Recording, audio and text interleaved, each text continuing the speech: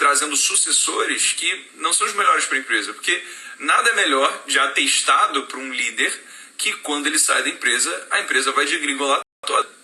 Porque isso basicamente atesta que aquele líder era o único que podia salvar a empresa de todas as adversidades. Só que o líder de nível 5 não. O líder de nível 5, ele traz exatamente alguém que vive pelos mesmos princípios, uma pessoa sem ego, humilde, com absoluta força de vontade, que tem essa capacidade de mover toda a organização por motivos muito maiores que eles e de exercer a alegoria da janela e do espelho. De olhar para a janela para falar bem dos outros quando as coisas dão certo e olhar para o espelho para perguntar o que deu errado, o que eu fiz de errado. Certo? Todo mundo aí na mesma página, gente? Então, foi basicamente isso. Obviamente, eu destrinchei com um grau de desenvolvimento maior, mas foi um breve resumo para a gente que estava aqui ontem do que foram, né, os 5 níveis de liderança. Então, tá fazendo sentido aqui? A galera, todo mundo está na mesma página? Show de bola?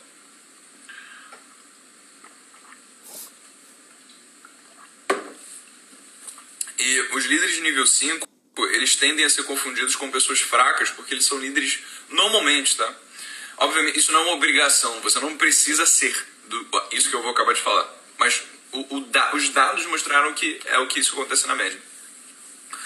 Eles tendem a ser tímidos. Eles tendem a ser pessoas que, assim, não tem muita... não gostam de falar de si mesmos, sabe? São pessoas que preferem ficar quietas, mas têm uma disciplina e bruta força de vontade para amputar membros defeituosos do negócio, mesmo indo completamente contra o senso comum. Isso é o que fazem os líderes de nível 5. Eu dei exemplo ontem do Mockler, que foi o CEO da Gillette, onde ele trabalhou toda a vida dele em prol da organização, e quando ele foi oferecido, né, por vender a Gillette por um prêmio de 40% em cima do valor de mercado que a empresa estava sendo negociada na Bolsa de Valores, ele disse não, porque ele acreditava que com base no que a organização ainda poderia conquistar, a Gillette seria muito, mas muito mais valiosa. E foi exatamente isso que de fato aconteceu. As ações da época do estudo, né, na Gillette se valorizaram mais de 6 vezes, ou seja 500% a mais do que do que o valor do mercado da empresa, e né, o que fez com que aqueles 40% de prêmio oferecido na compra da Gillette tenha aparecido pouco. Né? E olha que doideira, cara. Né? No Good to Great tem uma passagem, inclusive, que fala que no dia em que saiu uma reportagem da Forbes, né, do Mockler, do CEO da Gillette, na capa, segurando um gilete em topo de uma montanha, esbranjando isso aqui como uma espada, sabe? Ele teve um ataque cardíaco fulminante. E nunca pôde usufruir dos frutos que toda a sua dedicação de sua vida trouxe para a empresa. Foi isso que aconteceu com o Mockler. Ele teve um ataque fulminante e morreu, sem nunca ser reconhecido por isso. Né?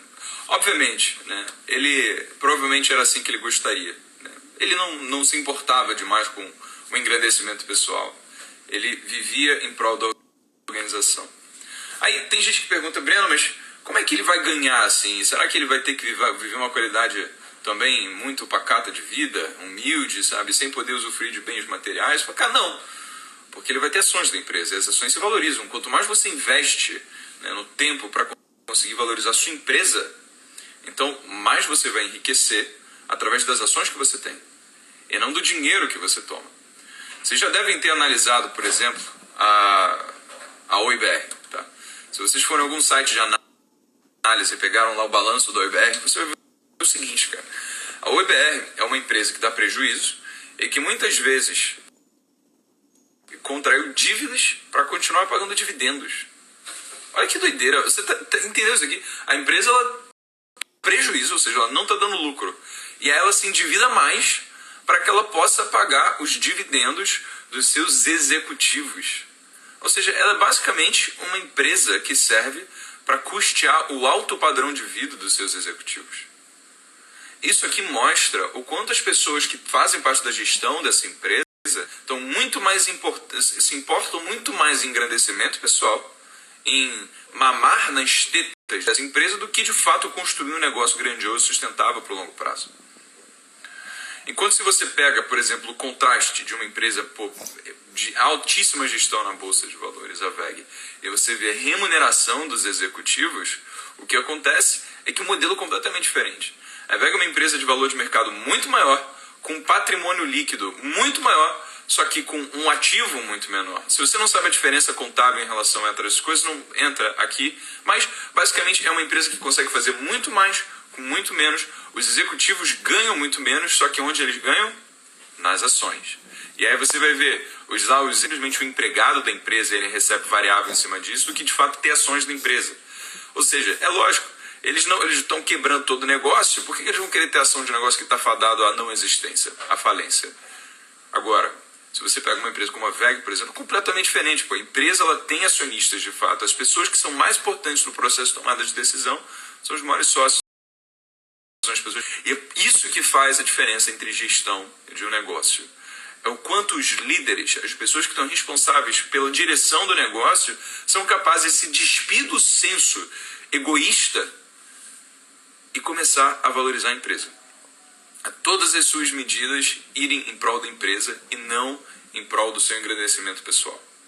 Se preparar para uma sucessão em que uma outra pessoa que siga os mesmos princípios, valores, que tenha força de vontade e disciplina e todas as características de cada um dos 5 níveis de liderança, aí sim, essa é uma empresa que vai ser uma grande empresa para o longo prazo. Tá? Então, isso daqui foi basicamente os insights do primeiro grande ensinamento do Jim Collins, né? Que é o nível 5 de liderança. Agora a gente vai para o próximo insight. Aqui, nessa live, eu vou falar e vou destrinchar em específico cada um desses insights do Good to Great. Tá? Então a gente vai passar por todos eles. Mas isso não isenta a sua responsabilidade de ler, cara, de ir atrás, de ver todo o estudo, porque você não só vai analisar os argumentos, como você também vai analisar o estudo, assim, a pesquisa científica, tá? Então, o segundo insight que ele dá se traduz em first who, then what. Em português, primeiro quem, depois o quê. Parece simples, só que, na verdade, isso diz muita coisa. First who, then what. Primeiro quem, depois o quê. Basicamente, o que o Jim Collins percebe é que as empresas que são capazes de gerar os maiores resultados, elas têm a exímia habilidade de trazer as melhores pessoas para dentro do ônibus e tirar as piores pessoas de fora do ônibus. E depois, com essas pessoas, uma vez que elas estejam dentro do ônibus, remanejar os assentos. Breno, não entendi. A empresa tem que ter um ônibus? É o seguinte, cara. Que uma das principais características das empresas que têm mais sucesso são aquelas que são muito, muito capazes de trazer pessoas boas para o negócio, de atrair pessoas boas para o negócio, independentemente do que elas vão fazer. O que essas pessoas boas vão fazer? Não importa. Primeiro, você traz pessoas boas, você tira pessoas ruins, e aí depois você remaneja os assentos das pessoas boas. Depois você coloca as pessoas boas em que ele chama de key positions, né? Em posições-chave, em posições aí sim que vão poder extrair o melhor das pessoas. Então, isso daqui faz parte, né, de o que ele chama de pessoas disciplinadas. Breno, como é que você consegue trazer pessoas boas para o negócio? Você quer saber como? Principalmente através de um processo longo e muito bem trabalhado de contratação, onde você filtra as pessoas principalmente por uma coisa chamada de fit cultural. Tá? Então vou dar uma volta aqui de novo, vou dar um passo para trás para a gente ficar todo mundo na mesma página. O conceito é first who, then what. Primeiro quem, depois o quê. Basicamente, o Jim Collins mostra que ele deve trazer primeiro as pessoas boas para dentro do ônibus, tirar as pessoas ruins do ônibus e depois remanejar os assentos das boas. Isso significa que a gente primeiro tem que trazer pessoas que são boas, que dão conta do trabalho, que têm pensamento disciplinado, pessoas que são capacitadas, pessoas que vivem pelos mesmos valores culturais. Tirar as pessoas ruins do ônibus, ou seja, pessoas indisciplinadas que não dão conta do trabalho, pessoas que não fazem muito sentido com os core values da empresa, com o fit cultural. Você tira as pessoas. Uma vez que você só tem pessoas boas, aí você remaneja os assentos. Aí você aloca cada uma das pessoas boas em key positions, em posições-chave. As melhores posições para extrair o melhor das pessoas e aí sim levar a organização em direção ao sucesso. Tá? Esse aqui é o primeiro princípio do Jim Collins. Ele chama essas pessoas boas de pessoas disciplinadas. Como é que se chama pessoas disciplinadas? Através de fit cultural. O que é fit cultural? Você deve ter ouvido, né, uma empresa dizer a sua missão, a sua visão, os seus valores, pelo que ela vive.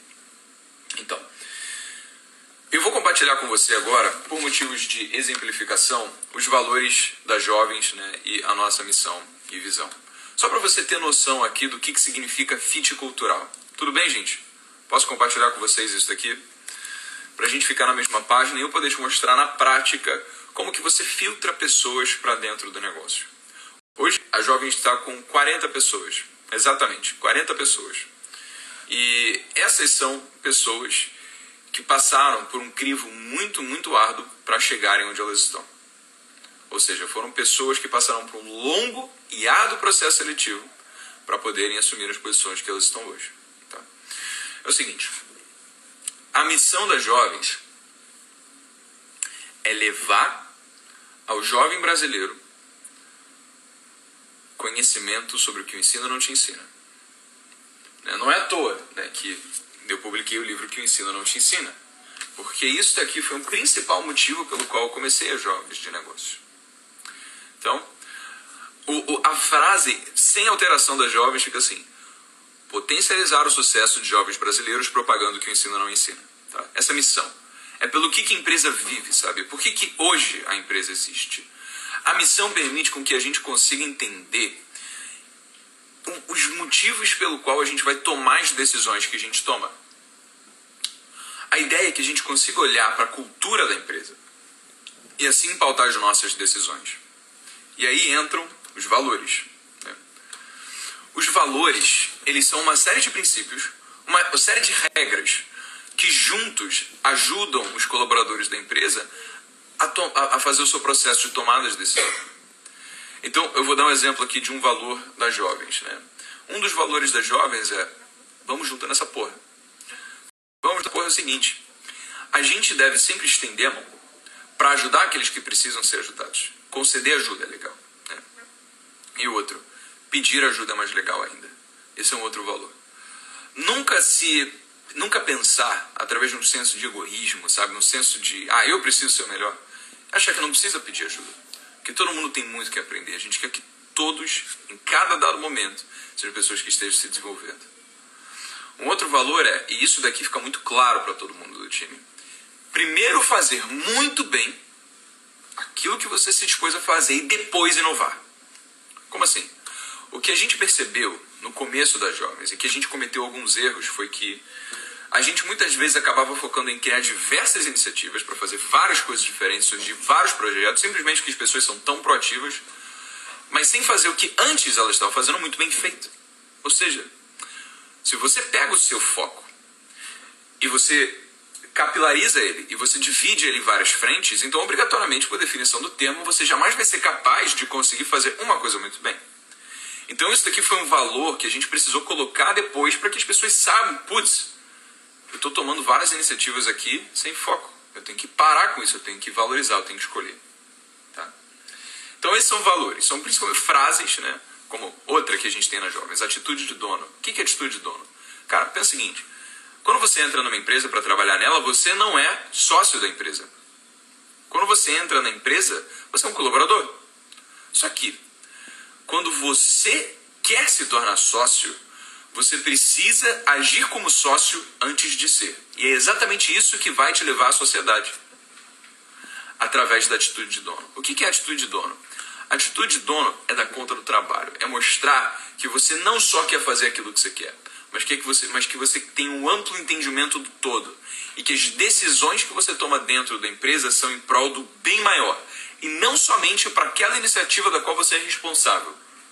Porque se você tem a atitude de dono, você é a pessoa que levanta da cadeira, arruma a sua mesa, que você apaga a luz, diz tchau para todo mundo, que está todo mundo bem. É a pessoa que quando chega na empresa, chega com um sorriso no rosto, fala com todo mundo. que você é o tipo de líder que você quer que sejam para você. Isso daqui é atitude de dono. Se você algum dia quiser se tornar sócio de uma empresa, você precisa agir como sócio e aí a sociedade vem como consequência. Ou seja, falei sobre alguns valores. E a visão. O que é visão? A visão é onde a empresa quer chegar. A visão é aquilo que vai fazer o negócio mover todos aqueles que estão dentro dele, sabe? Falar que todo mundo está caminhando para essa direção. Então, de novo, a missão é o motivo de existência da empresa. No caso das jovens, potencializar o sucesso de jovens brasileiros propagando o que o ensino não ensina. Isso é a missão. E a visão é alterar a educação, a prioridade da educação brasileira a nível nacional, no que diz respeito à educação financeira e negócios. Alterar o mais intrínseco método de ensino tradicional que a gente tem hoje, para um método que seja mais personalizado, que seja mais individual, para um método que tenha a possibilidade de permitir que cada aluno siga o seu ritmo e aprenda exatamente os conceitos que são mais importantes para a sua vida. E não aqueles que hoje a escola se preocupa em dar, como briófitas, pteridófitas, angiospermas, gimnospermas, rochas metamórficas, magmáticas, datas de história, leis de Newton, estequiometria. Todas essas coisas são coisas importantes, naturalmente, é inegável o valor de cada uma dessas coisas, mas não são coisas que todas as pessoas vão precisar usar. Mas você é ser humano, né? Você já usou dinheiro na sua vida? Você já comprou alguma coisa de alguém? A não ser que você seja um monge que vive no topo das montanhas, no Tibete, provavelmente você vai ter usado dinheiro na sua vida. E até um monge do Tibete ele tem que ter comprado terreno, senão para viver numa casa autossuficiente. Ou seja, é indispensável que você lide com dinheiro. Ainda assim, ninguém nunca deu educação financeira na escola. Você nunca recebeu ensinamentos a respeito do que fazer quando você recebe seu salário. Você foi ensinado que você tem que seguir um caminho padrão, que é você entrar para a escola, tirar boas notas, subir de ano, tirar boas notas, subir de ano, você fazer prova, passar pelo Enem, entrar na faculdade, depois subir de ano. E aí você entra numa empresa, se aposenta com 65 anos de idade, depois de ter subido na escada corporativa. Esse daqui é o plano que a gente conhece, o plano de 59 anos. Mas aí você chega numa empresa, depois que você sai da faculdade, você não sabe nada do que viver lá dentro. Você tem que passar por um baita programa trainee para conseguir adquirir os conhecimentos que vão te permitir conseguir trabalhar dentro da empresa. Porque o modelo tradicional de ensino é simplesmente incapaz de nos dar os conhecimentos que a gente vai precisar uma vez que a gente entre no mercado de trabalho. E é por isso que a visão das jovens é alterar nas maiores profundezas do método tradicional de ensino quais são exatamente os ensinos que realmente impactam na nossa vida. E eu vejo que são educação financeira, investimentos e empreendedorismo. Tá? Agora, isso daqui foi trazendo a realidade das jovens. A gente analisa essas pessoas com base em fit cultural. As pessoas que fazem parte dos processos seletivos e que aparecem para conseguir aproveitar propósito de emprego. Elas vêm para jovens e a gente tem que analisar não só através de qualificação técnica, não só através de histórico, mas principalmente fit cultural.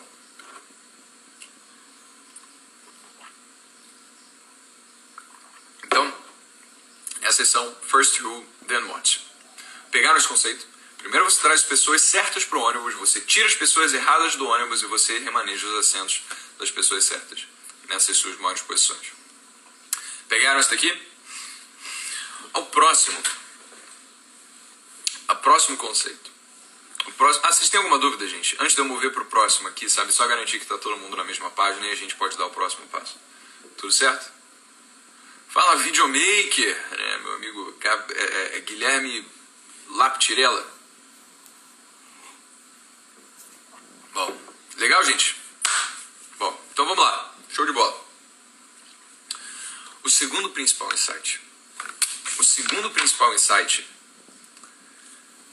é confront the brutal facts, que ele fala. Confrontar os fatos brutos. O que é confrontar os fatos brutos? Isso é uma característica básica dos líderes de nível 5. Confrontar os fatos brutos. Eu vou responder isso com uma alegoria, com uma história que o Jim Collins ele dá no livro também. O Jim Collins ele dá uma história chamada de Stockdale Paradox, paradoxo de Stockdale. E ela é mais ou menos assim. Um general norte-americano, um general norte-americano. Ele foi designado para comandar uma operação na Guerra do Vietnã. Só que esse general norte-americano foi capturado, com todo o seu pelotão. Ele foi capturado pelo inimigo, mantido em cativeiro, mantido preso, e mais dias do que não torturado, ele e todo o seu time.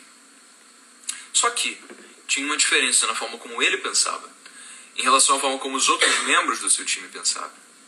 Então, acompanha. Aqui você tem um general, que era líder de um pelotão. E ele e o seu pelotão foram capturados pelo inimigo na Guerra do Vietnã. A cada dia que passava, ele não sabia se naquele dia ele seria torturado ou não. Mas ele tinha uma diferença em relação aos outros membros do seu time. Que os outros membros do seu time, eles eram absolutamente positivos e otimistas em relação ao que viria a ser no futuro. Como assim? Eles tendiam a dizer que era muito provável que eles seriam libertos no próximo Natal. Que eles seriam liberados, que eles seriam soltos, que eles seriam resgatados até o próximo Natal. Stockdale não. Ele confrontava os fatos brutos da realidade e assumia que a guerra não tinha o menor prospecto de terminar até o próximo Natal.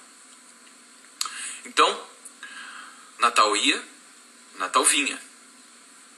E eles não eram soltos. E aí, os membros iludidos do pelotão de Stockdale, do general norte-americano, eles acabaram tendo uma desilusão e uma quebra de expectativa que fez com que, de repente, por eles terem acreditado tanto que eles seriam soltos no próximo Natal, e Natal vinha e Natal ia, e eles não eram soltos, essa expectativa nunca era cumprida, eles acabavam enlouquecendo frente a tanta tortura, frente à saudade da família, frente à descrença de que eles agora jamais iriam voltar, ou eles tiravam suas próprias vidas. Era isso que acontecia com as pessoas que deixavam de encarar os fatos brutos da realidade e tinham um senso absolutamente otimista sobre tudo.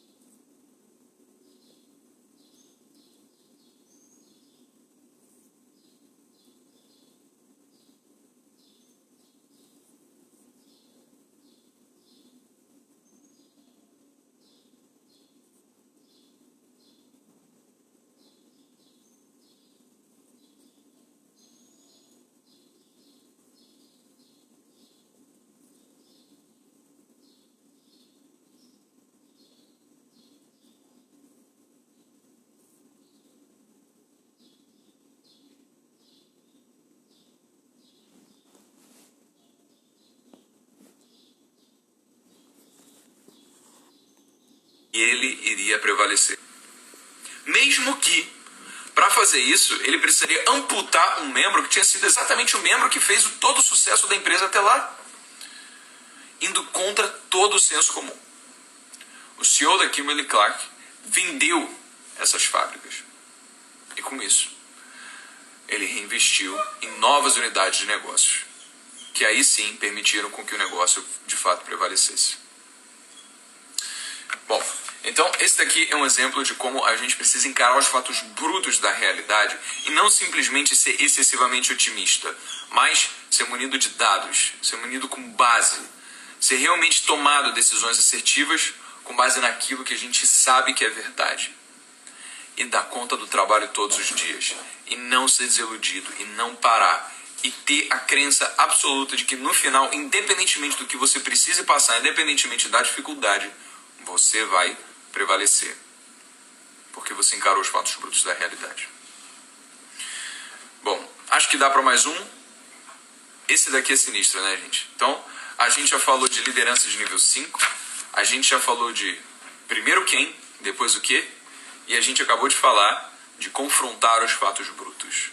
Esses daqui são os 3 primeiros principais ensinamentos do livro. Tá? E o próximo, esse que eu estou prestes a falar agora, na minha opinião, é o mais importante de toda a obra. Esse daqui foi o que mais fez diferença nas jovens, esse é o que eu vejo que faz mais diferença na maior parte dos negócios que existem hoje. Posso prosseguir com isso daqui? Vocês acham que ainda dá tempo? Bom, eu acho que durante os 15 minutos a gente mata isso daqui e eu consigo entrar num nível de profundidade bem bacana para você começar o seu dia. Beleza? A galera tá perguntando, que livro é esse? Gente, para quem tá chegando agora, eu tô falando sobre os principais insights do livro Good to Great, tradução, Empresas Feitas para Vencer, do Jim Collins. Beleza? Então, Vitor Rocha falou sim, Ali 700 falou sim. Então vamos pro insight para mim que foi o mais valioso de todo o livro, tá? Esse daqui, ele chama em inglês de The Hedgehog Concept. Ou então, traduzindo, o conceito do ouriço. Conceito do ouriço. E agora eu vou pedir para vocês me darem licença para desativar os comentários, porque esse é o maior ensinamento que eu tive do livro. E eu sei que se você prestar atenção no que eu vou te falar agora, pode ser que você consiga ter muito, muito resultado em qualquer iniciativa que você crie. Tá bom? Então, vamos lá. O conceito do ouriço, ele surgiu através de uma história, de uma alegoria, que envolve um ouriço e uma raposa. Então, antes de entrar a fundo no conceito, na parte técnica em si, eu vou contar essa história para você. A história é a seguinte. Um ouriço estava no meio do mato, né, dentro de uma parte aberta de uma floresta. Esse ouriço, ele estava simplesmente vivendo sua vida, né, aproveitando o sol, buscando comida, exposto perigosamente num ambiente aberto, onde ele poderia ser visto de todos os lados que estavam enclausurados pela floresta, nessa clareira, e excessivamente exposto para o que fosse acontecer.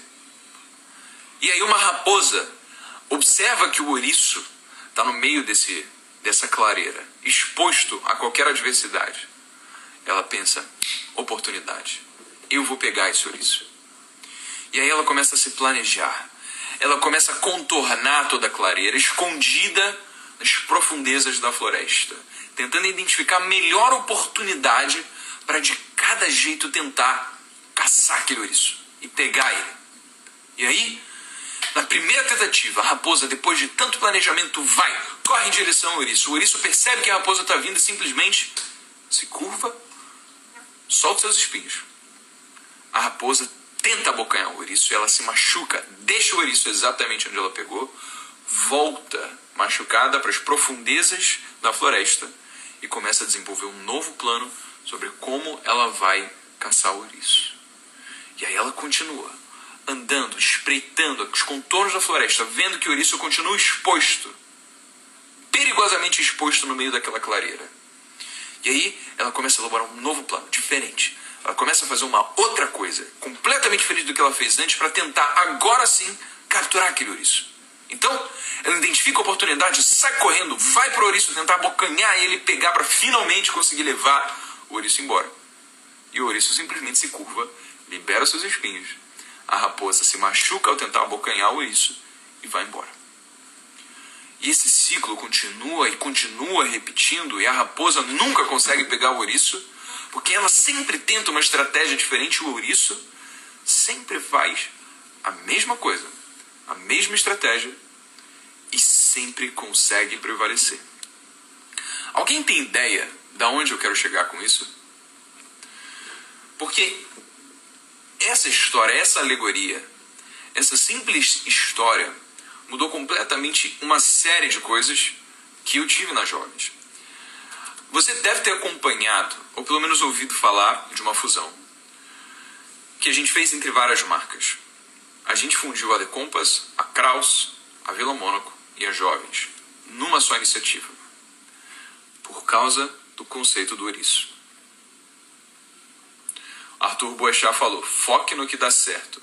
Bem por aí. Tá por aí. É isso, tá exatamente nesse caminho, tá? Foque no que dá certo.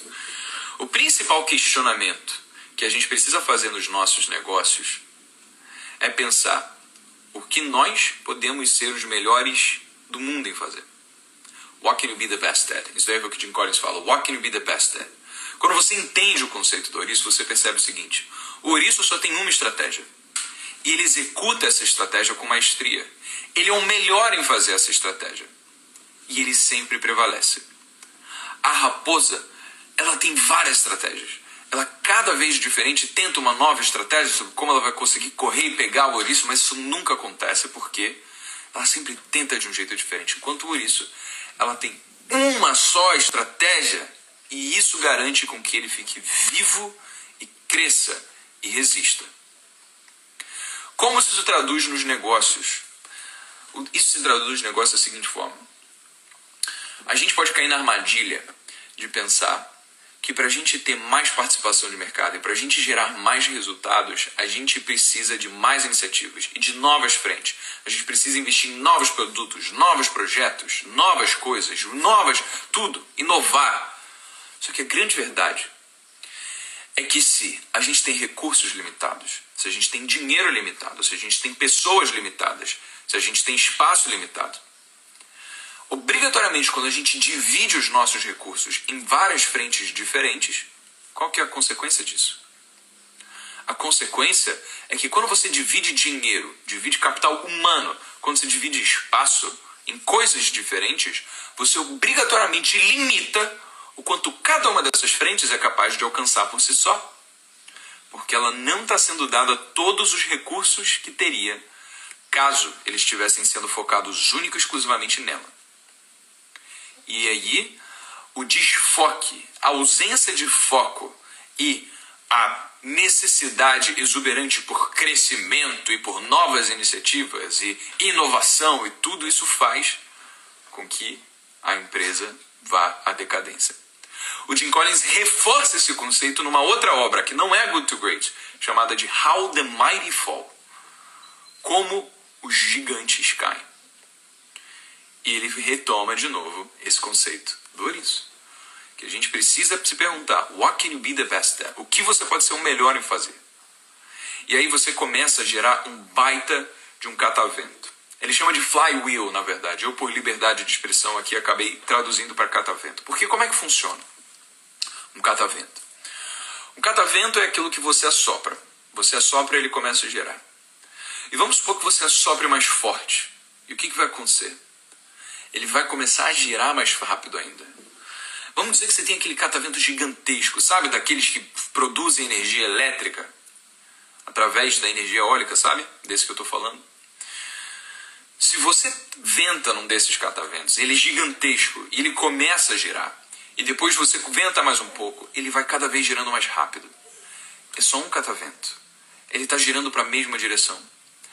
E você está fazendo cada vez mais ventania, mais vento, e ele gira cada vez mais rápido, construindo sobre o momentum anterior e criando um efeito de juros compostos sobre o momentum anterior, acaba construindo sobre o momento seguinte do vento que está vindo agora, e ele cada vez gira mais rápido.